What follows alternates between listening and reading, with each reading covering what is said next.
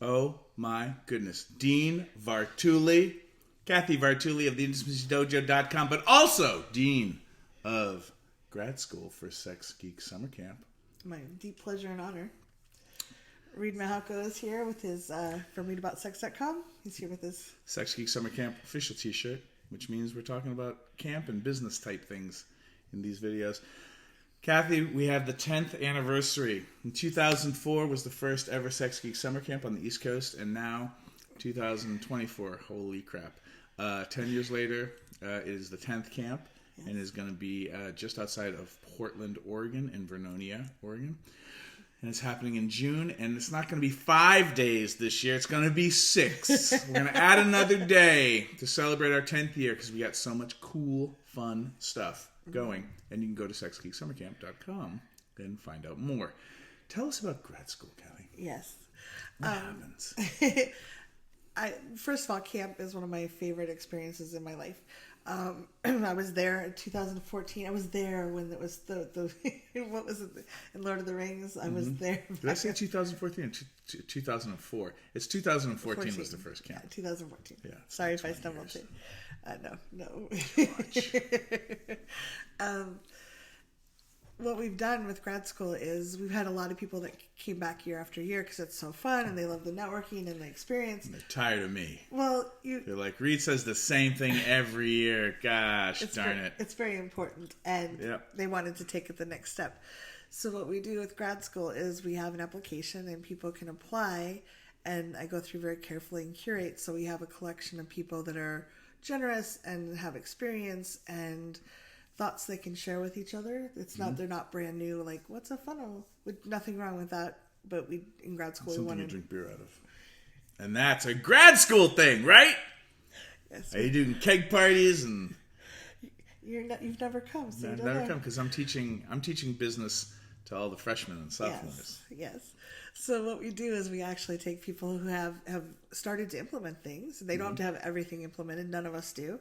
But have implemented something, and we bring them together and we help problem solve.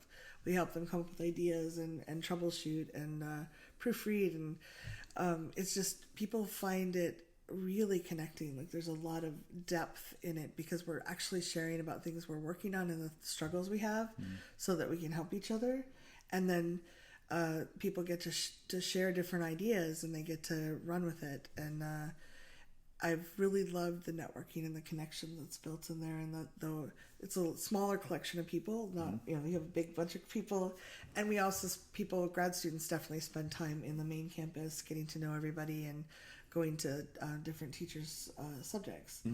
But the depth that we get to and the forward momentum that people get out of.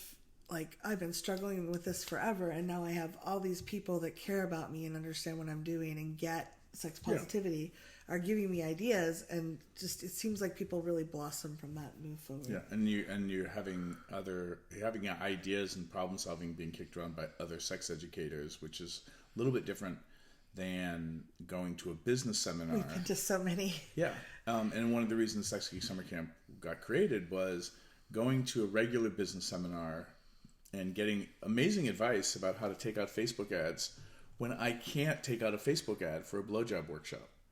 And then me asking in the teachers up on stage, like, listen, like, this is wonderful advice, but like, I'm a sex educator. I can't get a Facebook ad for that workshop.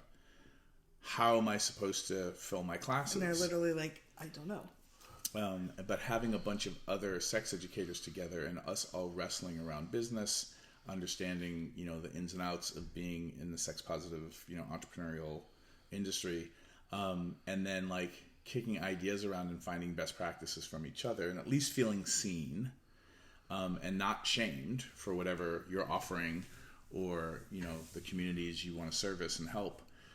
That can be really healing. And you guys have had some really great results.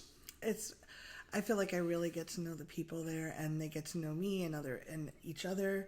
We've had a lot of collaborations come out of it. Can you share a success story from grad school? Who's your favoriteest grad most successful grad school student. One race this last year. Yeah, and if you could share their URL, then everyone else will know it's not them. I don't have their permission. Favorite. Okay, I'll let you keep it anonymous. Yeah, but this person had been really struggling with getting a business launched and couldn't understand why it wasn't going forward. Mm-hmm. So we pulled up the website and we're like, I don't know what that means. This doesn't make sense. Like, politely, but there was lots of feedback because when we're in our own head, of course it makes sense. I know what I'm trying to say. Yeah. But having outside people give suggestions, the page transformed like over that time, and it was so much more powerful and so much like what they've been struggling, just wondering, why is this not working? What is wrong? Am I not making a good offer? Do people not interested in this what I'm offering?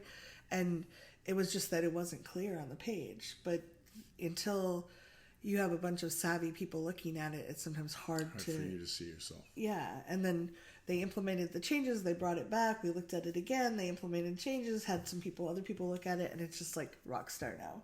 It's just like really professional and really great. So that's just an example. But again, I don't have permission. I don't. Okay, well, if you want to find out who these people are, come to grad school. You can go to sexgeeksummercamp.com to find out more about camp. And there's also a link to the grad school application. Yes. Grad school does not cost more than camp. If you come to camp, then you've paid your tuition, but there is an application to see who can get into grad school. Okay, and can somebody come to grad school never having been to camp before? We've let a few people do that who had a lot of experience and had implemented a lot. Generally, we want people to attend camp the first year first. And based on last year, we may have to cut off grad school because there were so many people that wanted to be in it. And it was great. It was a struggle. It doesn't work with 50 people. It does not work with 50 people. So we want to make sure that we give a lot of value to the people that are there. So apply early if you're thinking about coming. Yeah, because Kathy picks who gets to go into grad school.